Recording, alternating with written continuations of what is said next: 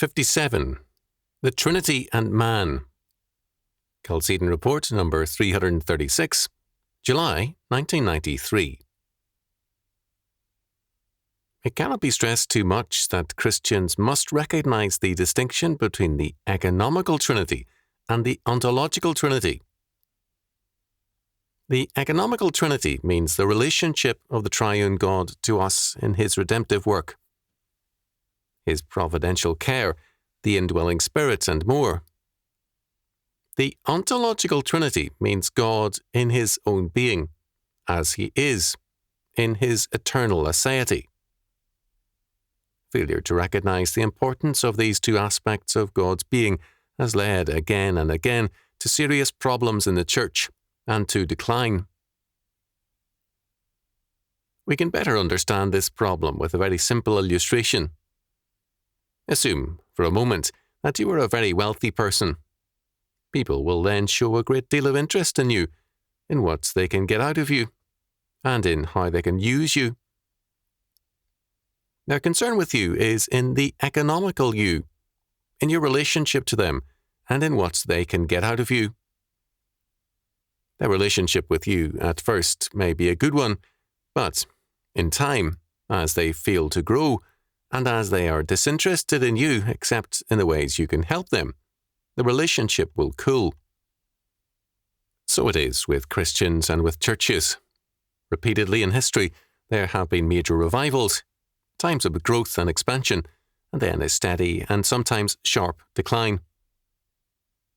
Christians have come into these renewal years with excitement and joy, like a burst of light. These times and movements have been exhilarating in their immediate effect. They have been like glorious dawns, but they seem all too soon to turn grey and dark.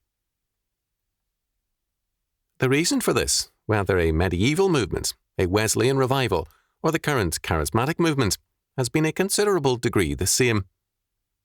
The glorious experience of the power of God in one's life, or the life of the Church, is experience-centered, self-centered. It is a healthy joy in what God has done for us, but it is not followed by a greater joy in knowing God as He is. Over the years, I have had various persons call on me to, quote-unquote, straighten me out for Jesus. When I have inquired about their knowledge of the whole Word of God, they have become impatient. They know Jesus, and they do not need to know Moses, Jeremiah, or anyone else. Not surprisingly, such people often fall by the wayside. They can tell you, in their time of fervency, what Jesus did for them, but beyond that, their interest is dim. They are religious pragmatists. What works for me? What can Jesus do for me? To try to talk to them about the economical and the ontological approaches to God, using the simplest of language, is futile. They damn such thinking as head knowledge, when all one needs is heart knowledge. They wrongly identify faith with a glow, not with total commitment, service, and knowledge. The life of faith requires the economical aspect. It is receiving from God and rejoicing in His gifts. Because we are creatures, this is a necessary aspect of our lives. It is, however, not enough. To receive the gifts while remaining unconcerned with knowing the giver is morally wrong. We need to know God in the totality of His Word and to enjoy Him fully in all His works and being. It is the ontological Trinity which is the metaphysical basis of the economical Trinity. There is urgency here. The Church has gone over to a quote-unquote practical ministry. It stresses psychology, services to the young, to couples, to senior citizens, and so on. Its preaching is tailored to gaining interest on a superficial level, not to solid doctrinal teachings.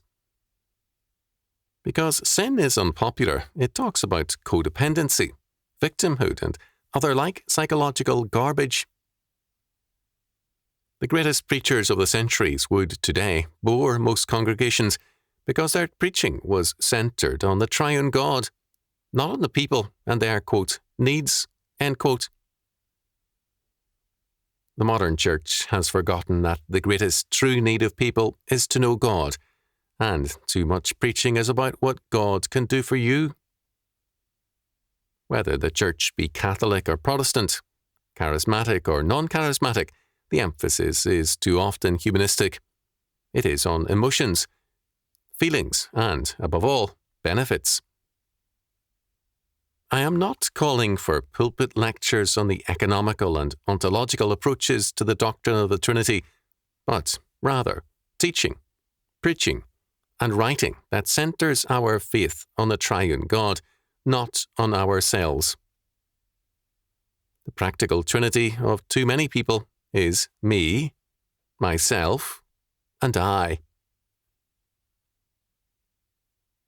The ontological Trinity is a mystery beyond the comprehension of men.